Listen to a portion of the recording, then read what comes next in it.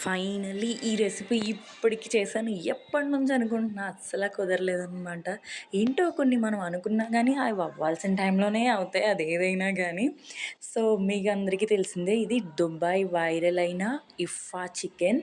ఇప్పటికి ట్రై చేశాననమాట. కానీ టేస్ట్ అయితే నిజంగా చెప్పాలంటే చికెన్ రెసిపీస్ అన్నిట్లో నాకు ఇదైతే మోస్ట్ ఫేవరెట్ అయిపోయింది.